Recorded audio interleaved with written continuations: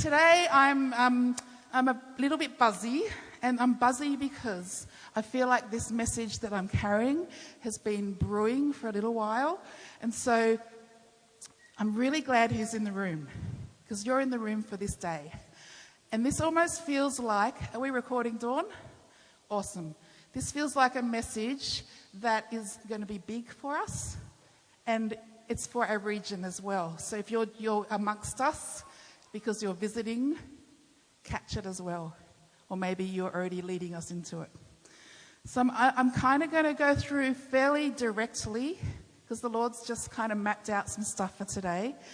And at the end, I just feel like there's a big response that we're able to give to him as a part of what he's giving. So I'm actually standing prophetically today and calling us into something, okay?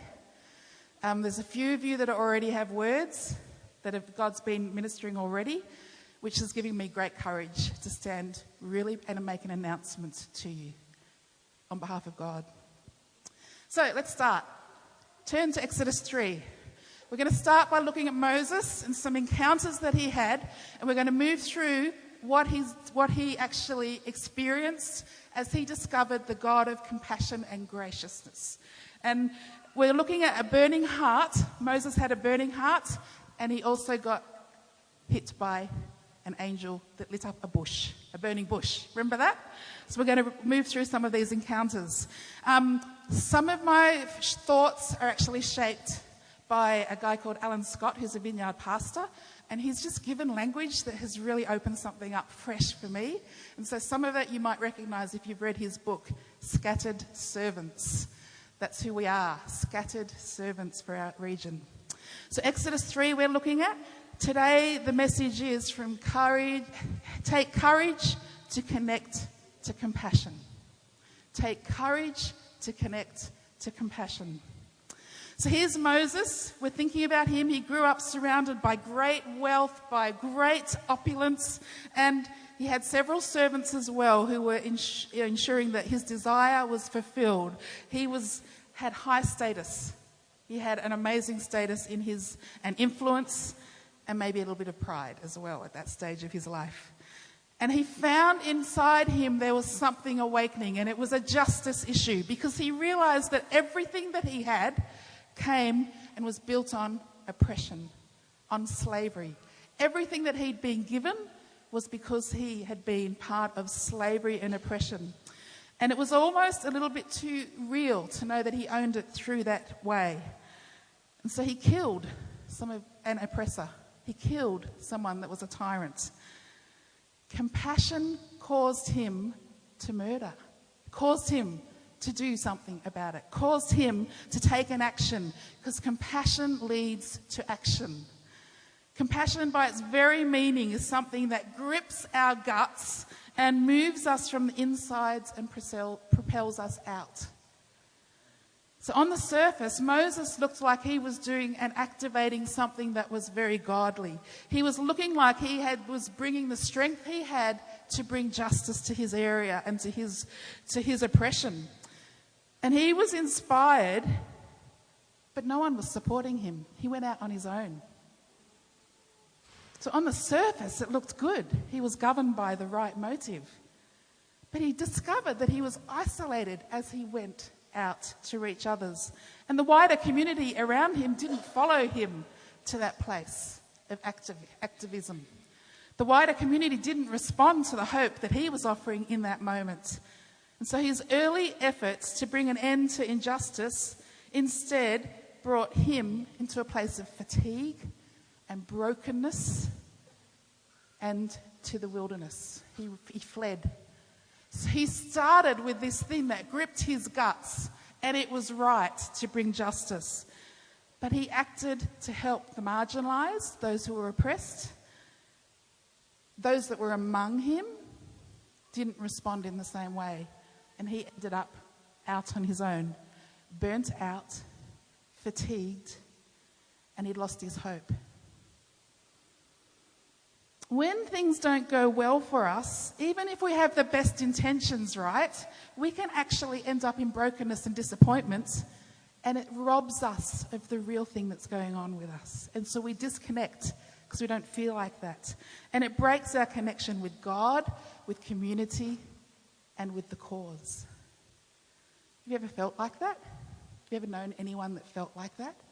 Where they became so fatigued by their activism because they didn't have the power of God strengthening them in the way that it should.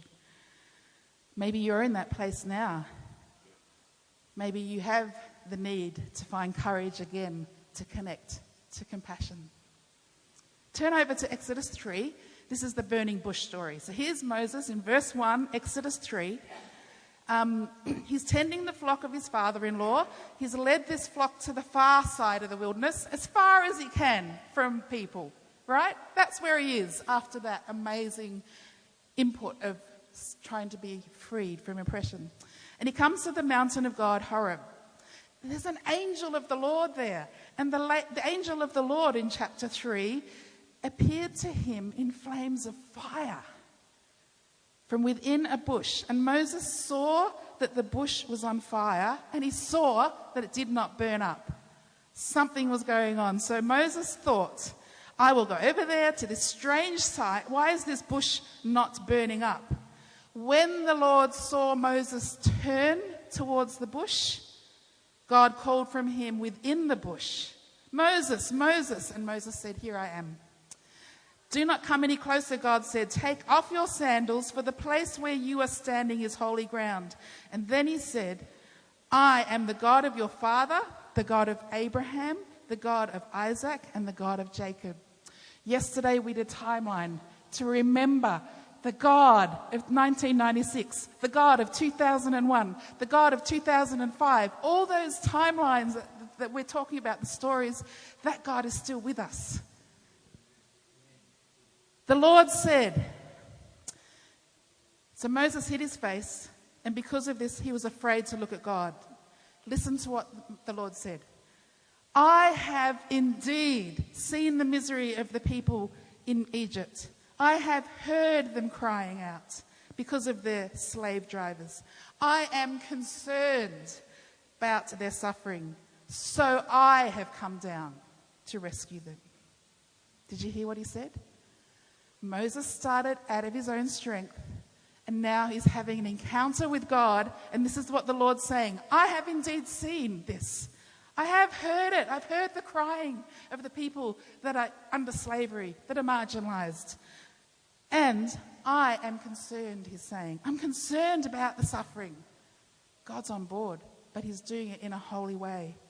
This is what he says. So God says, I have come down to rescue them from the hand of the Egyptians and to bring them out of that land into a good and spacious land. It's not just Moses being rescued. The whole community is coming. God's intervening. And now the cry of the Israelites has reached me, God says, and I have seen the Egyptians, and I've seen the way that they're being oppressing my people. Next three words, really important. So now, go. Who's he talking to? Moses. Moses is in the middle of an encounter, and God's saying, I've seen it, I've heard it, I'm concerned. You go. Second time that Moses has got something that's coming to him that is going to release other people. God visited this burned out activist. God visited him and reminded him, I'm concerned for people and for their good. And in that place, he restored Moses back to his original calling. He restored him not just with the gut-wrenching compassion, he restored him with power through encounter. He couldn't operate in his own anger. He couldn't operate in his own strength. He needed to have the power of God with him, and he was getting it through a burning bush encounter. His burning heart was receiving the fire of God to propel him with power. For us, we're going to experience encounters that are going to propel us into the community and into our own spaces with our families, and this time it's going to be different because the power of God is going to continue to refresh us and renew us and fuel us. He's the source. To sustain any compassion that we have as a church, anything that he's leading us into for 2020, it has to come from the source. And so we're going to have a look at what is this God that sustains compassion. He actually names himself in Exodus chapter 4. Let's go there before we go to where he names himself. Exodus chapter 4, turn over. This is when Moses is saying, oh, I think I get it. And in verses 1 to 5, he says, but what if they don't believe me? What if we get to connect with this compassion? And we're like Moses saying, what if they don't believe me? What if they don't listen to me? Because before that happened, right? So he's saying, what's going to happen, Lord? Is it going to be the same? Then the Lord said to him in chapter 4, what's that in your hand? Do you remember this? The Lord said, it was a staff, yeah? So he's holding a stick. So the Lord said, throw that on the ground. Moses threw it on the ground and it became a snake and he ran from it. And then the Lord said to him, reach out your hand and take it by the tail. This, said the Lord, this is so that they may believe. That the Lord, your God, the God of Abraham, the God of Isaac, and the God of Jacob, has appeared to you. Moses had a fresh encounter, and then he was given power with what's in his hand. He was going to move beyond just raising awareness that something's wrong here. He had something in his hand. This morning when we were praying in this lovely room out here, and I tell you that chapter before the service in that prayer room is pretty fun. God always confirms and does stuff. Today, people didn't know that this is where we're going, but today we were receiving something in our hands. Some of it felt like oil on our hands. Some of it felt like just tingling. We all experienced today something in our hand. Something's coming, guys, that's going to renew our connection to courage for compassion. So raising awareness is not enough. The purpose of compassion is not just empathy. The purpose of compassion is transformation. It's making sure that transformation is possible and sustainable through the power of God in and through you. This is the message and the lesson that Moses was learning, that if you want to move to the margins in your own strength and end up burned out, do it the way that he did it first on his own. If you want to be buried under others' approval or disapproval, do it that first way on your own. But if you want to receive power through community to lead out into the marginalised, they are also going to experience community. The message today is that the power is for community, to bring the marginalised into community. If you're going out on your own, you can't bring community in the same way. We can go out with compassion and power, but we must bring them back to community. That's the aim for our Father. So let's have a look at the connection between compassion and courage. Compassion has its heart, origins, and source from the heart of God, right? Now turn to Exodus 34. And this becomes a declaration of compassion. It's the very first time that we hear God self-disclose who he is. And the first thing he says, I'm Yahweh, in Exodus 34. And he says, I am the compassionate and gracious one. Order is really important. That's the first thing he discloses as himself. I am the compassionate and gracious one. That verse then gets repeated so many times through the Bible because that is the first time that God discloses fully who he is, compassionate and gracious. So we're just going to dig into that because if you want to get to know someone, you normally go and ask questions to them, don't you? You normally say, tell me more about yourself. I don't say to Gail up the back there and say, can you tell me more about Keith? I actually go and say, hey, Keith, how are you? And I talk to him, right? often as Christians, we wait for someone and we'll use someone else to tell us about God. And Moses had got it by now. And he, instead of going to someone else, he says to God, would you show me your glory? Do you remember that on the mountain? He says, would you show me who you are? Would you make it tangible, visible, obvious that you are with me?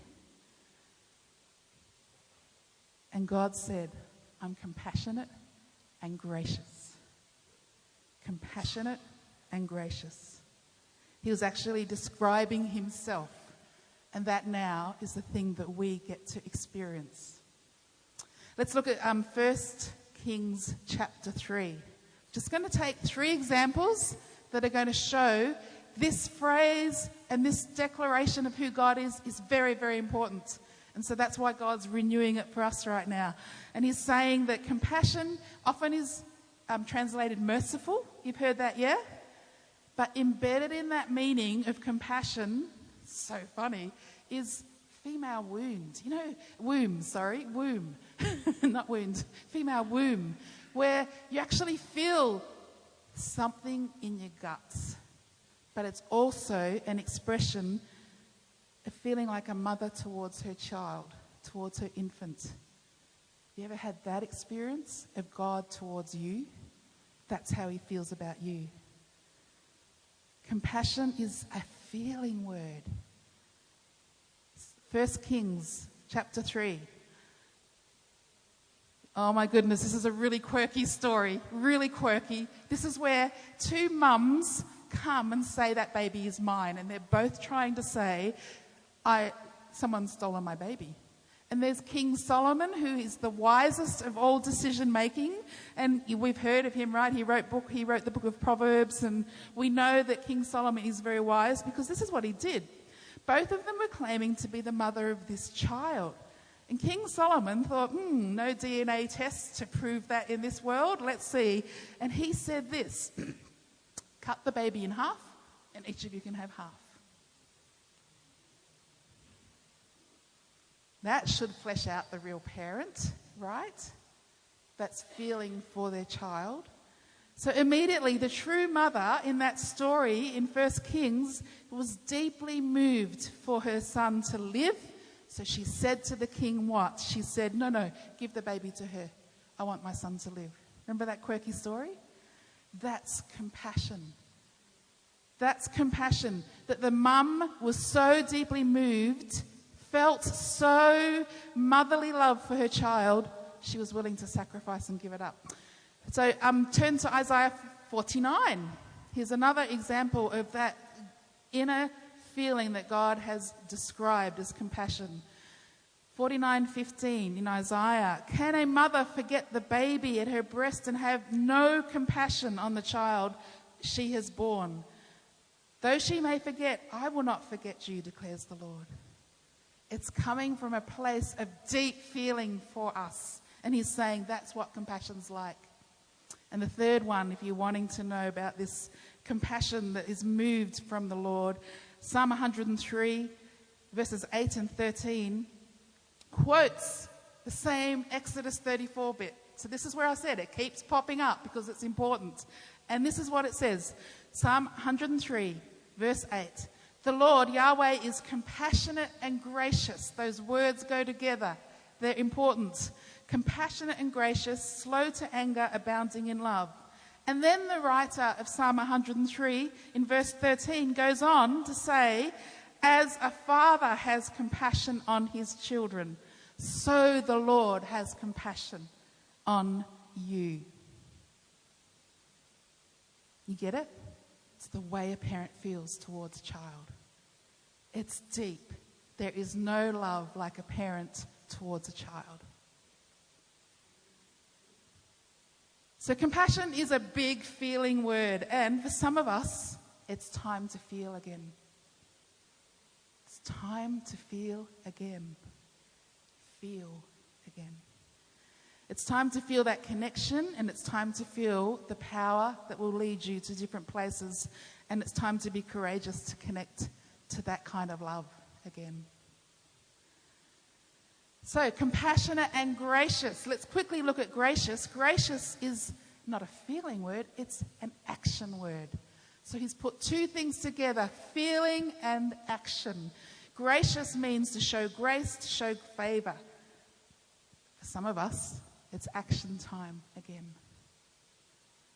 It's time to do something. It's time to bring help. Gracious is an action word. Let's turn to Exodus 22. Here's an example of gracious.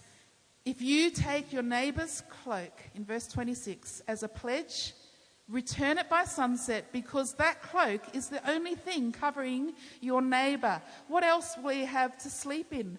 When they cry out to me, God says, I will hear, for I am gracious. So here the gracious word is used in a way that was acting. If you loan something, you make sure you return it to those that are poor. They all need it at night. Don't be the oppressor. Be actioning your graciousness. Psalm 86. Here it is again. It's Exodus 34 is being quoted again in Psalm 86. You, O Lord, are a God compassionate and gracious, slow to anger and abundant in loving kindness and truth. Turn to me and be gracious to me. So not only is there the declaration, his prayers are totally impacted by who God is. So our prayers are going to be coming more like these prayers, where we're receiving God, be gracious to us, and then we're praying, turn to me, Lord, and make me like you. Turn to me and be gracious to me and give me your strength, it says in Psalm 86. For the God who is responsive, he wants to do something to you, through you, and for you on behalf of others. So you are going to have encounters. You're going to have prayers shaped by your encounters, and you're going to know him by name. And today he's saying, I'm compassionate and gracious to you. Is Joanne here today? And she usually sits over here. Not here today? Yes, stand up. The Holy Spirit is all over this lady. She's been experiencing encounters, right? In your bedroom, in your home, correct? And it's changing your prayer life, isn't it? Can you say that Jesus came close to you recently through a healing encounter? Yeah, she's saying very close for the podcast. Just have a look at Joanne. I'm just going to ask the Holy Spirit to come and rest upon her, okay? Because she's just a firelighter at the moment because she's had so many encounters. So Holy Spirit, just put your hands out, Joanne. Thank you for what you've been doing in her private times with you, the encounters that have been coming. And so now, Joanne, just receive more of his Spirit for you that's going to fuel your prayers. There it is. You see that, everyone? She's just receiving and responding to what is already part of her story.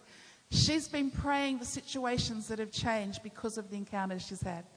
So I just bless you with more. And we're going to hear more of your story, but not today. So yeah, just keep receiving. She's bubbling with story out of encounter. And her prayers are changing. Thank you for standing and being here today.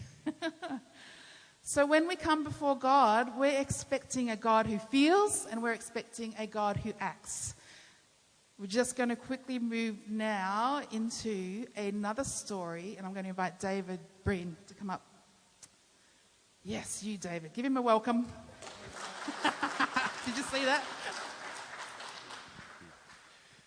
We were meeting at our little life group a couple of months ago, and we just spent some time in meditation, and we went through the story of Jesus and the disciples. So they were sitting together in the story in John 20 and 21 by the Sea of Galilee. So the boys had been out in the boat out on the water, and Jesus had been on the beach, and he invited them to come and join him. And so they had a little fire, and they had some fish, and they had a time together sitting around. This was after the resurrection, and the disciples were quite stunned that Jesus was there. They were just like sitting around the fire, staring at him with just jaws open, couldn't quite believe that Jesus was there.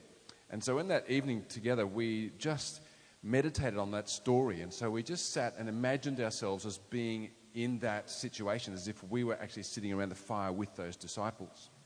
And so we put ourselves in that situation, and I just said, imagine you're there. Imagine you're seeing the fire, you're smelling the fish, you're seeing Jesus, you're experiencing the sand in your toes, the wind on your face. And we just put ourselves as if we were in that very moment. And as I read it through and we thought about it and encased ourselves in that environment, in that moment with Jesus being right there. The next morning when I got up, and I regularly spend time with the Lord in the morning, just meditating, just being in silence in the Lord's presence. And as I did that, I just put myself back into that environment, in that situation. But I saw myself standing here at the front of YVV on a Sunday morning.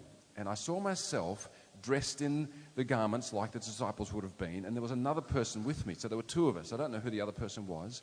But in that picture, I saw myself telling this other disciple about how we'd been sitting around the fire and how it had been like we'd been out fishing and then we'd been invited to come in and sit around the fire, and how amazing it was that we were there and that Jesus actually was there. And we didn't expect him to come, but he came anyway.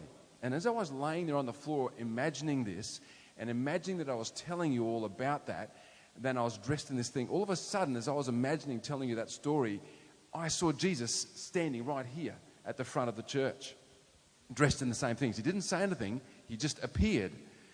And I just was shocked. And I immediately started just crying and just weeping my eyes out, just bawling, aware that Jesus was standing right here at the front with us in church. And one of the things that was really clear to me was that as we were talking about sitting around the fire, we were discussing the fact that, well, we didn't know when Jesus would turn up. We didn't know when he would come because he just appeared. Suddenly he was there at the campsite, at the fireside, and we didn't expect him. But we knew that when he came, he would show us what to do. He would tell us what we needed to know and what would be next for us.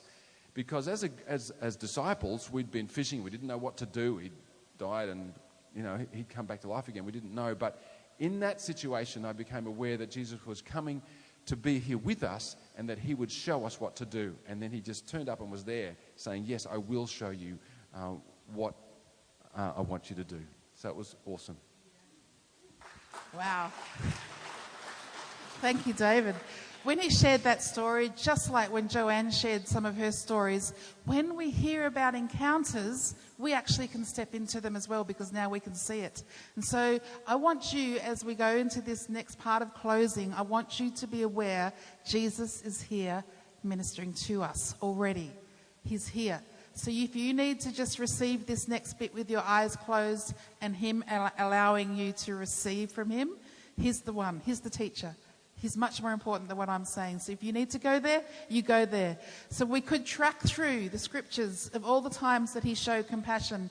But basically, through that story today, I believe he's saying that I didn't refuse to send any of my followers out to care for the people with bruised lives without power.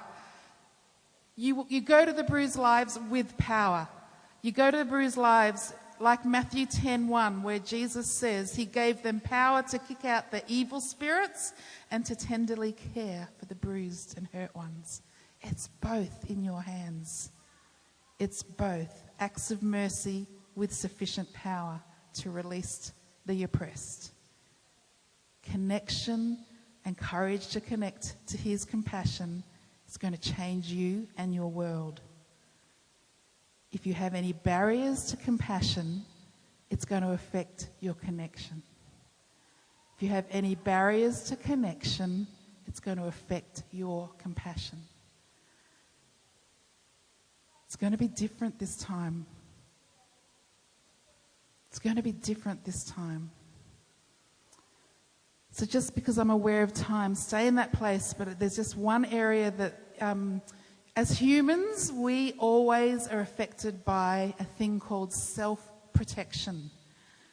And Jesus is already starting to identify isolation in us, and he wants to break it and bring connection.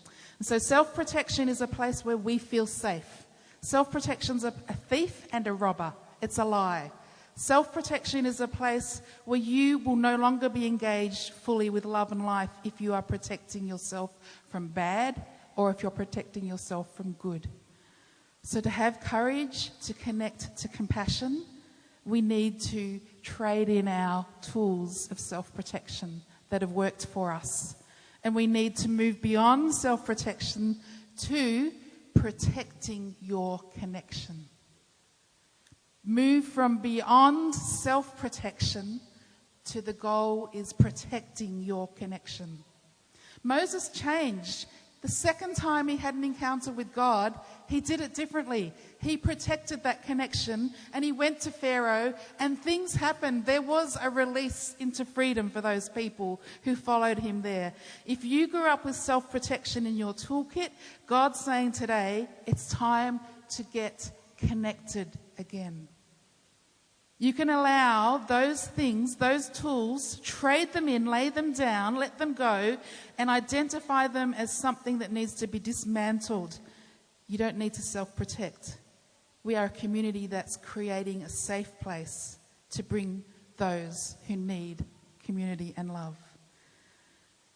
So if you're in a place where you feel fatigued or bruised and feel like you're running to the wilderness, that's probably for self-protection. If you're in a place where you're running to God, that's protecting your connection. So we can have goals of actually keeping distance from people, and we firmly protect those goals, right? There are times where we actually choose not to connect because our goal is keeping your distance. If you don't have courage to dismantle this self-protection, this compassion won't get in because it's a feeling word. And graciousness won't be expressed because it's a doing word. So God's just kindly coming today to remind us, protect your connection. Hold on to the goal of connection with people, with community, and with Him, and then fight for connection. We are not going to lose the battle of being connected. We've seen what that looks like. We're not going to do that again. We're fighting for it. We're being resilient. We're being intentional. And we've made the first half of this year all about connection. Jesus is among us today. He's visited David, and now we've even had that invitation to say, compassion and grace is going to break isolation. Any of you that are feeling isolation still, connection's the way to go. Because the truth is, you're so worthy of love. You're so wired for love. And He wants you to know and see and feel that He is there on your behalf. So if you need some practicals, just start practicing connection. Lay that stuff down that's not working. Bring your prayer life and to people that you trust. So you're praying with people. It's a point of connection then with God and others. Do the simple stuff. Communicate truth. That's a point of connection. What's happening for you? Find someone safe and communicate. It's protecting connection. And find someone who has a need and meet it. It's compassion in action. So as we finish today, this is a simple message. See a need and meet it, just like God did. See a hurt and heal it. See a need and meet it. See a hurt and heal it. That's what we're called to do out of our source of God.